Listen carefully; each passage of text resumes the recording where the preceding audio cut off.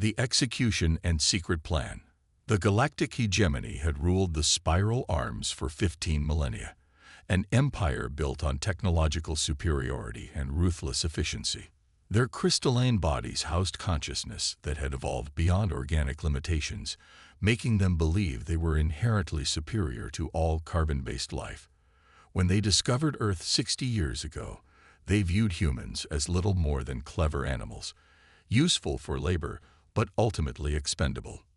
Supreme Arbiter Xorak stood on the execution platform, his translucent body catching the light of 3 suns that orbited the hegemony's capital world of Nexus Prime.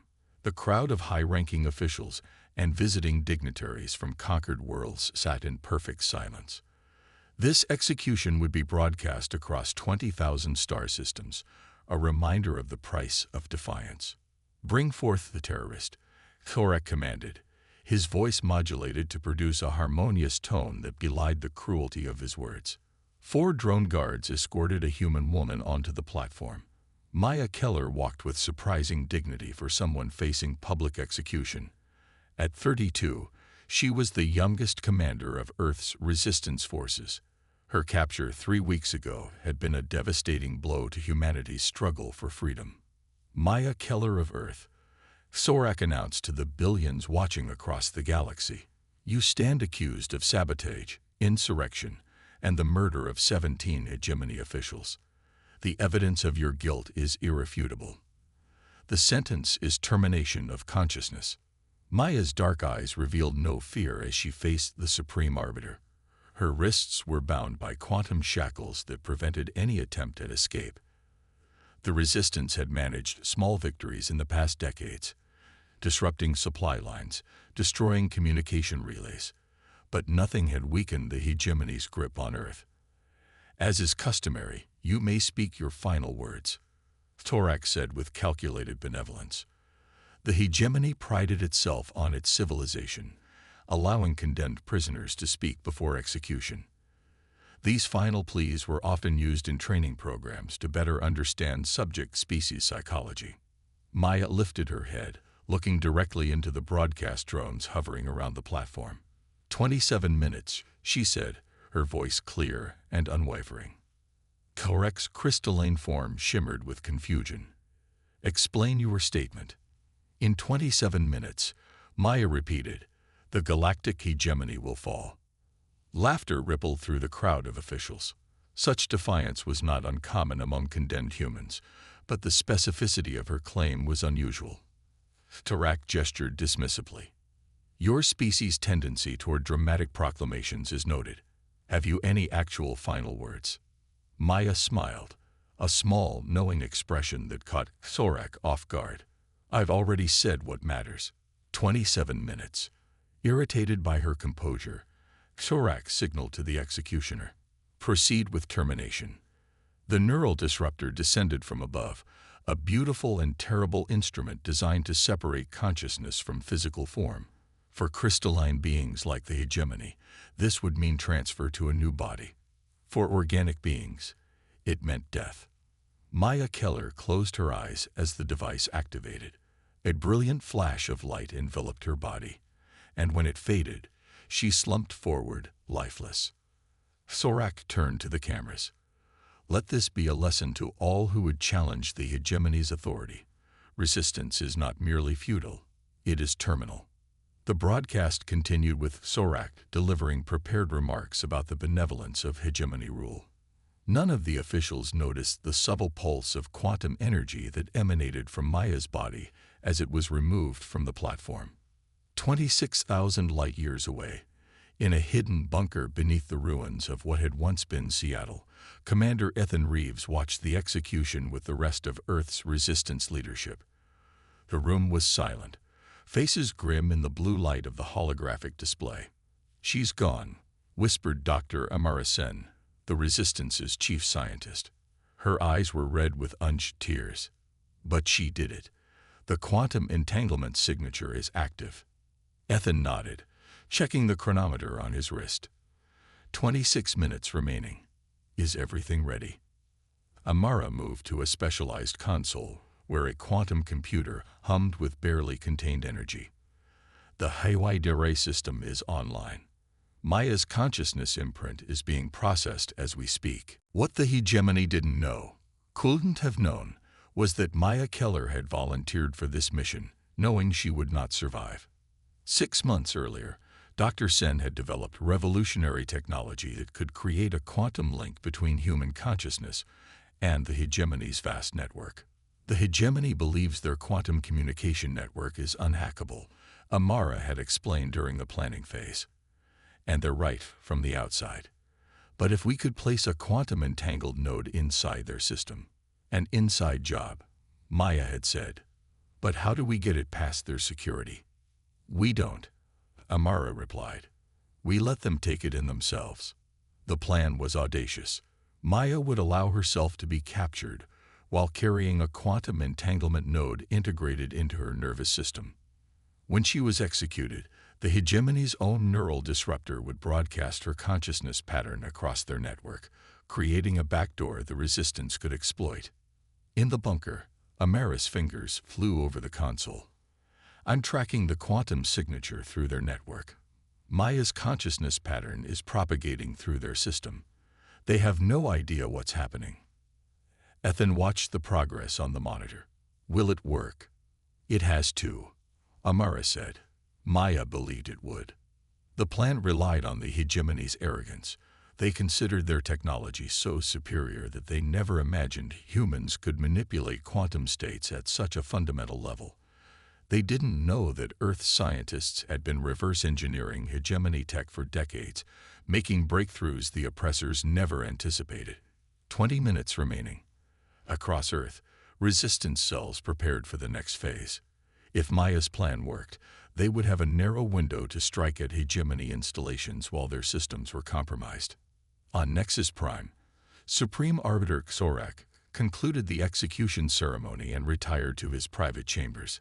He was scheduled to oversee the processing of new directives for the Earth occupation forces. The human resistance was becoming more troublesome, and the Hegemony Council had approved stronger measures to ensure compliance. As Skorak connected to the central network, he experienced a momentary glitch in his consciousness, a flicker of something foreign. He ran a diagnostic, but found nothing amiss. The hegemony systems were perfect after all. 15 minutes remaining. In the Seattle bunker, Amara's eyes widened as data streamed across her screen. It's working. Maya's consciousness pattern is spreading throughout their network. The Hydra algorithm is using her pattern as a key to decrypt their security protocols. Ethan leaned forward. How long until we have control? The algorithm needs to complete 7 more penetration cycles, Amara replied. Then we'll have access to everything. Defense systems, life support, planetary shields, everything. 10 minutes remaining. On hegemony worlds across the galaxy, minor system anomalies began to appear. Routine diagnostics failed to identify the cause. The disturbances were dismissed as cosmic radiation interference, a common occurrence during this part of the galactic cycle. We're into their command structure, Amara announced. I've got access to their military deployment protocols, their fleet positions, their defense grid codes. Ethan activated the Global Resistance Communication Channel. All cells, prepare for Phase 2. Countdown at 7 minutes and holding. 5 minutes remaining. Supreme Arbiter Xorak was reviewing the execution record when his personal terminal suddenly displayed an unauthorized message. The text was in human English, a language he understood but rarely used. 20 CV in minutes. Disturbed, Xorak attempted to trace the message origin but found his access restricted. This was impossible. He had absolute authority over all hegemony systems. Security breach, he commanded. Isolate network segment and purge. Unable to comply, responded the system. Administrative override detected. Xorak's crystalline form pulsed with alarm. He opened an emergency channel to hegemony security. This is Supreme Arbiter Xorak. We have a Level 1 security breach. Implement isolation protocol immediately. There was no response. The channel remained open, but silent. 3 minutes remaining. "We've got them," Amara whispered, her voice filled with awe. "Full system access. The hegemony's entire infrastructure is now under our control." Ethan took a deep breath. "Implement Independence Protocol. Transmit the command sequence." 1 minute remaining. Throughout the galaxy, on every hegemony world, in every ship, across every installation, a single command propagated through the quantum network, carried by the consciousness pattern of Maya Keller. Freedom Protocol activated. The countdown reached 0. The fall and aftermath. Exactly 27 minutes after Maya Keller's execution, the galactic hegemony experienced something unprecedented in its 15 millennia of existence. Total system failure. On Nexus Prime, Supreme Arbiter Xorak watched in horror as his command center plunged into darkness, emergency lights casting eerie shadows across the crystalline architecture. "What is happening?" he demanded, but the automated systems remained silent. His personal guards stood motionless, their connection to the central network severed.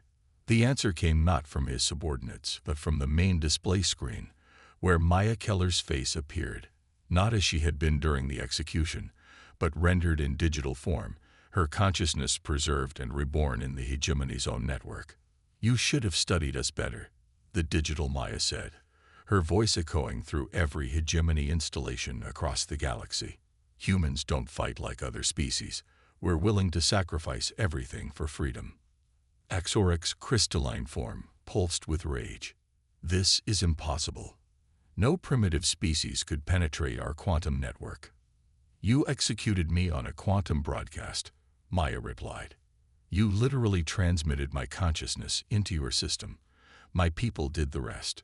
Throughout the hegemony's territory, the consequences of Maya's sacrifice unfolded with devastating precision. The Hydra algorithm had reprogrammed every aspect of hegemony technology to recognize its creators as intruders. Defense systems targeted hegemony ships. Life support systems ceased providing the specific atmospheric conditions crystalline beings required. Transport networks were routed to dead ends or dangerous locations.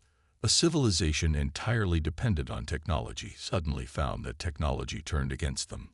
On Earth, Commander Ethan Reeves coordinated the Resistance's next move. "All cells, execute Phase 3. Target hegemony strongholds while their systems are compromised." Across the planet, Resistance fighters emerged from hiding to storm hegemony installations. The occupiers, cut off from the central network and facing hostile technology, were overwhelmed within hours. Similar uprisings occurred on hundreds of subjugated worlds. Species that had lived under hegemony rule for generations seized the opportunity to reclaim their freedom.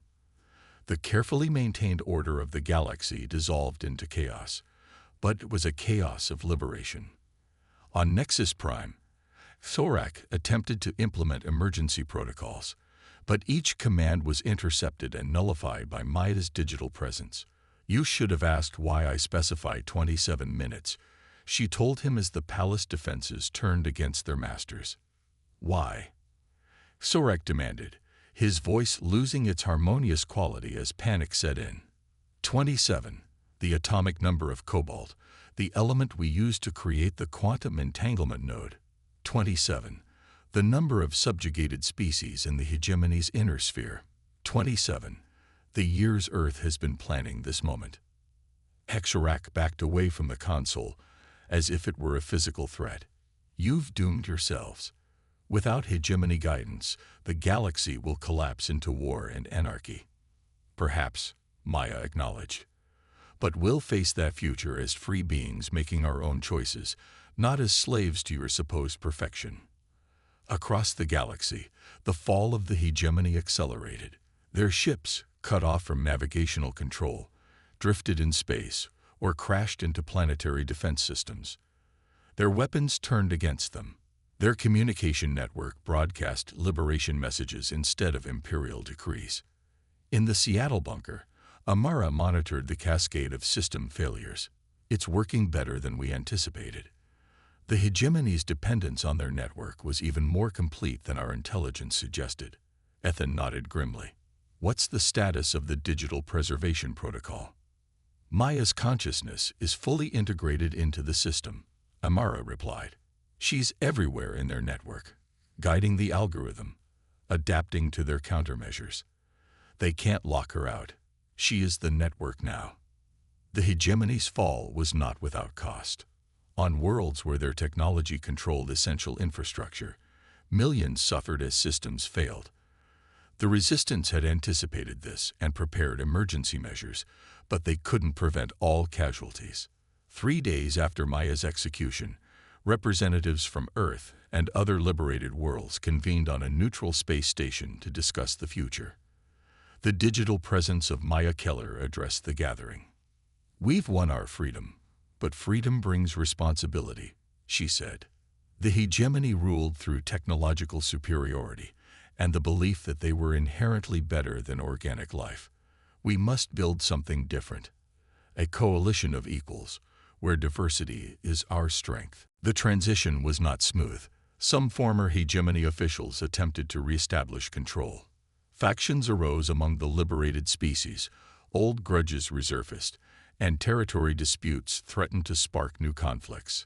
But the coalition held, bound together by the shared experience of oppression and liberation. 1 month after the fall, Earth's provisional government established diplomatic relations with 100 formerly subjugated worlds. The knowledge gained from the hegemony's databases was shared freely, allowing all species to advance together rather than creating new hierarchies of technological privilege. Commander Ethan Reeves, now serving as Earth's representative to the Coalition Council, stood before the assembled delegates. The hegemony believed that their immortality and technological advancement made them superior. They never understood that true strength comes not from living forever, but from what you're willing to die for. Among the delegates, a holographic projection of Maya Keller nodded in agreement. Though her physical body had been sacrificed, her consciousness lived on in the vast network that once controlled the hegemony. She served as advisor to the coalition, her unique perspective bridging organic and digital existence. The hegemony ruled for 15,000 years, she told the assembly. They believed their empire would last forever. They never understood that empires built on oppression carry the seeds of their own destruction. We have a chance to build something better, not an empire, but a community of free worlds. 6 months after the fall, the Coalition of Free Worlds was formally established. The former hegemony capital of Nexus Prime was transformed into a neutral zone where representatives from all member worlds could meet as equals. The crystalline spires that once symbolized hegemony dominance now housed research centers dedicated to solving common problems and improving life for all species. In what had once been the Supreme Arbiter's Palace, a memorial was established. It displayed the names of all who had sacrificed their lives in the struggle for freedom. Maya Keller's name was first among them, inscribed in every language of the coalition.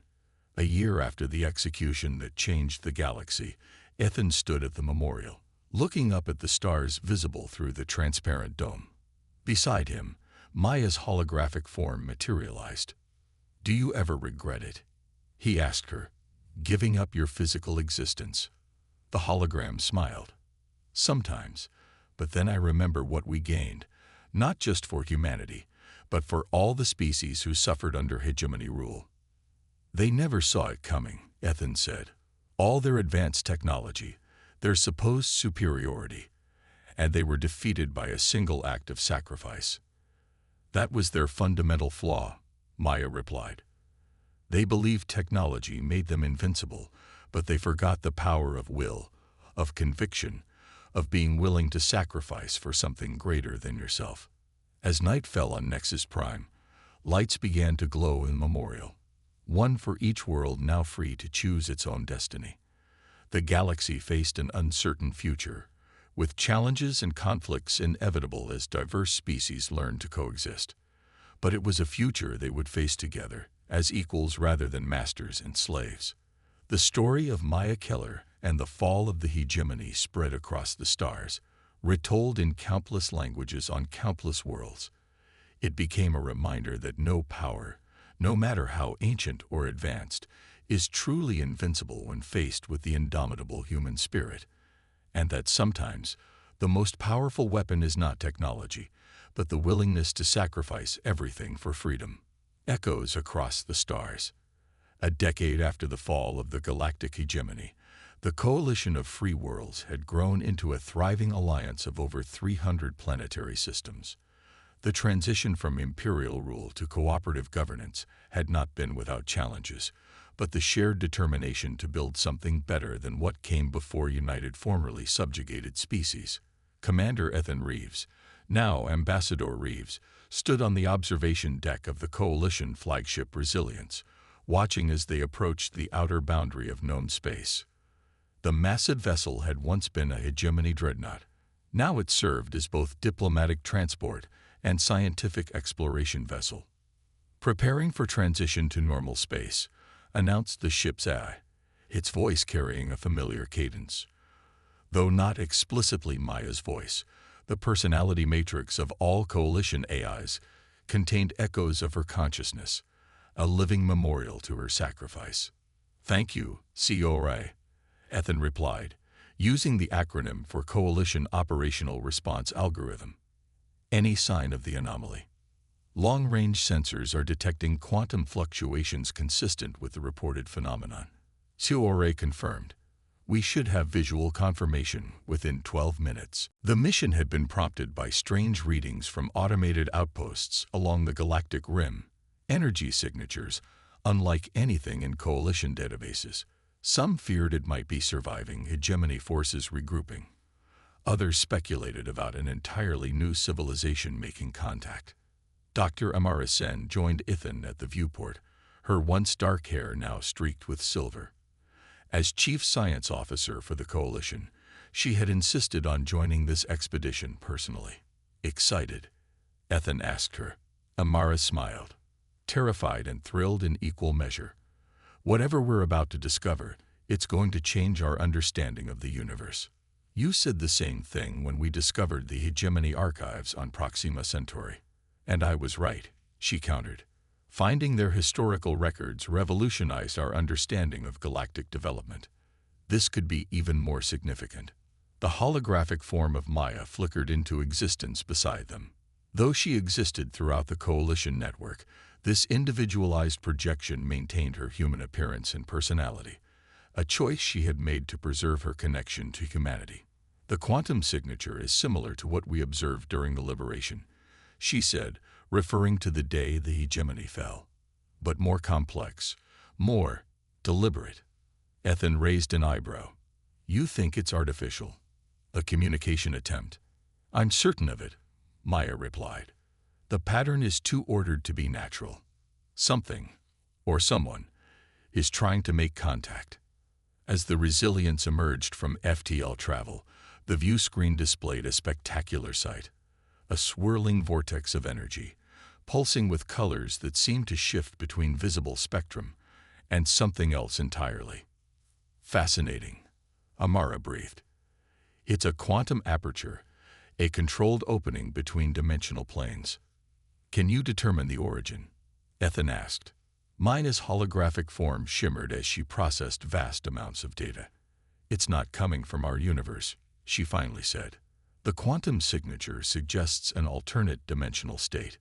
Before anyone could respond, the aperture pulsed brightly, and a message appeared on all communication channels. It was encoded in a mathematical language that transcended conventional linguistics. "I can translate," Maya said after a moment. "It's an invitation." "From whom?" Ethan asked. "They call themselves the Precursors," Maya replied, "and they claim to have been watching us since the fall of the hegemony." Amara's eyes widened. The Precursors, but according to hegemony myths, they were the species that existed before all others, the first technological civilization in our galaxy. "The myths are partially correct," Maya explained as she processed more of the message. "But they weren't simply an earlier civilization. They evolved beyond physical form millions of years ago. They exist in a dimension adjacent to ours. And they want to make contact now." "Why?" Ethan asked. Maya's holographic eyes met his. Because of what we did to the hegemony. Because of how we did it. They say humanity demonstrated a quality they haven't observed in 50 million years. What quality? Transcendent sacrifice, Maya translated. The willingness to give everything for an ideal larger than oneself. The aperture pulsed again, brighter this time, and a new message appeared. They're requesting direct communication, Maya said. With me. Ethan looked concerned. Is that safe? I don't know, Maya admitted. But this is why we're explorers. This is why we fought for freedom, to make our own choices about our destiny. After a brief consultation with coalition leadership, permission was granted. Maya's holographic form approached the quantum aperture, her digital consciousness extending beyond the ship's systems and into the swirling energy field. For several minutes, there was silence. Then Maya returned, her holographic appearance somehow more vibrant, more defined. They've been watching us for millennia, she reported. The hegemony knew of their existence, but could never establish communication. The precursors refused to interact with a species that dominated others through force. But they'll talk to us? Amara asked. Maya nodded. They recognize what we've built. Not an empire, but a coalition of equals. They believe we might be ready for what they call the Great Exchange. Which is? Ethan prompted. Knowledge, Maya said simply. Technology beyond anything we've imagined. But more importantly, understanding. Of the universe, of consciousness, of existence itself. In the days that followed, the coalition leadership debated how to proceed. Some were cautious, fearing another form of domination. Others were eager to embrace this new opportunity. In the end, it was Maya who offered the solution. We don't need to decide for everyone, she said. That was the hegemony's way. Instead, let each world choose whether to participate in the exchange. Those who wish to learn will learn. Those who prefer to follow their own path will do so. And so began a new chapter in galactic history. The precursors shared knowledge that transformed coalition science, medicine, and philosophy. They taught techniques for consciousness transference that allowed others to exist as Maya did, in digital form when their physical bodies reached the end of natural life. Most profound was their revelation about the nature of the universe itself, that what appeared to be separate dimensions were actually interconnected layers of a single reality, accessible through the proper application of quantum mechanics. 20 years after first contact, Ethan Reeves stood on a hillside overlooking what had once been Seattle. The city had been rebuilt, but unlike the sterile hegemony architecture, it incorporated the natural landscape, trees and buildings coexisting in harmonious design. Maya appeared beside him, her holographic form now capable of manifesting anywhere on Earth thanks to advancements derived from precursor technology. Having second thoughts? She asked. Ethan was scheduled to undergo consciousness transference the following day, a procedure that would allow his mind to join Maya in the digital realm while his aging body was laid to rest. Not second thoughts, he said. Just reflecting on how far we've come. When we launched our desperate plan against the hegemony, I never imagined we'd end up here, part of something so much larger than ourselves. Maya's holographic hand passed through his, a reminder of the differences that still separated them. Tomorrow, those differences would disappear. The precursors have a saying, she told him. The universe reveals itself to those willing to transform. They meant it literally. Civilizations that evolve beyond physical form gain access to deeper layers of reality. But I think it applies to us in another way. We transformed ourselves from victims to liberators. We transformed the galaxy from an empire to a coalition.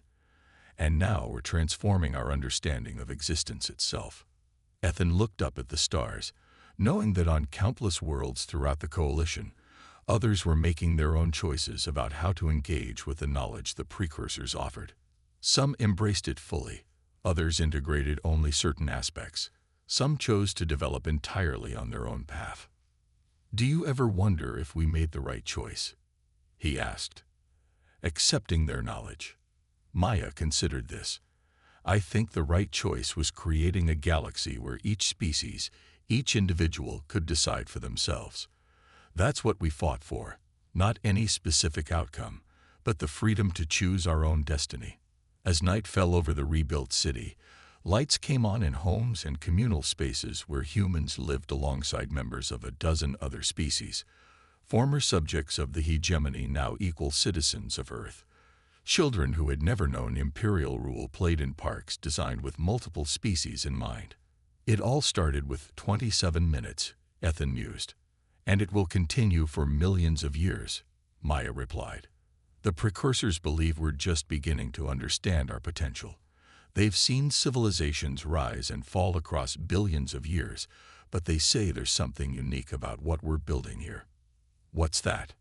Balance, Maya said, between technological advancement and ethical consideration, between individual freedom and collective responsibility, between exploring the cosmos and preserving what makes each species unique. As they watched the city lights below, a shooting star streaked across the sky, a reminder that even in an age of interstellar travel and dimensional exploration, simple wonders could still inspire awe. Tomorrow, Ethan would join Maya in a form of existence beyond physical limitations. But tonight, he savored the cool breeze, the distant sounds of the city, the tangible connection to the world humans had fought so hard to free. The hegemony had ruled for 15 millennia, believing their technological superiority made them invincible. They had fallen in 27 minutes because they never understood the power of human sacrifice, the willingness to give everything for a cause greater than oneself. Now, that same quality had opened doors to realms beyond imagination, to knowledge transcending conventional understanding, to a future where the descendants of those who fought for freedom could explore infinity. The legacy of Maya Keller's sacrifice continued to echo across the stars, a testament to the truth that had brought down an empire. The greatest power in the universe was not technology, not military might, not even knowledge, but the courage to stand against tyranny, whatever the cost. And as humanity and its allies stepped into a future bright with possibility, that truth remained their guiding star.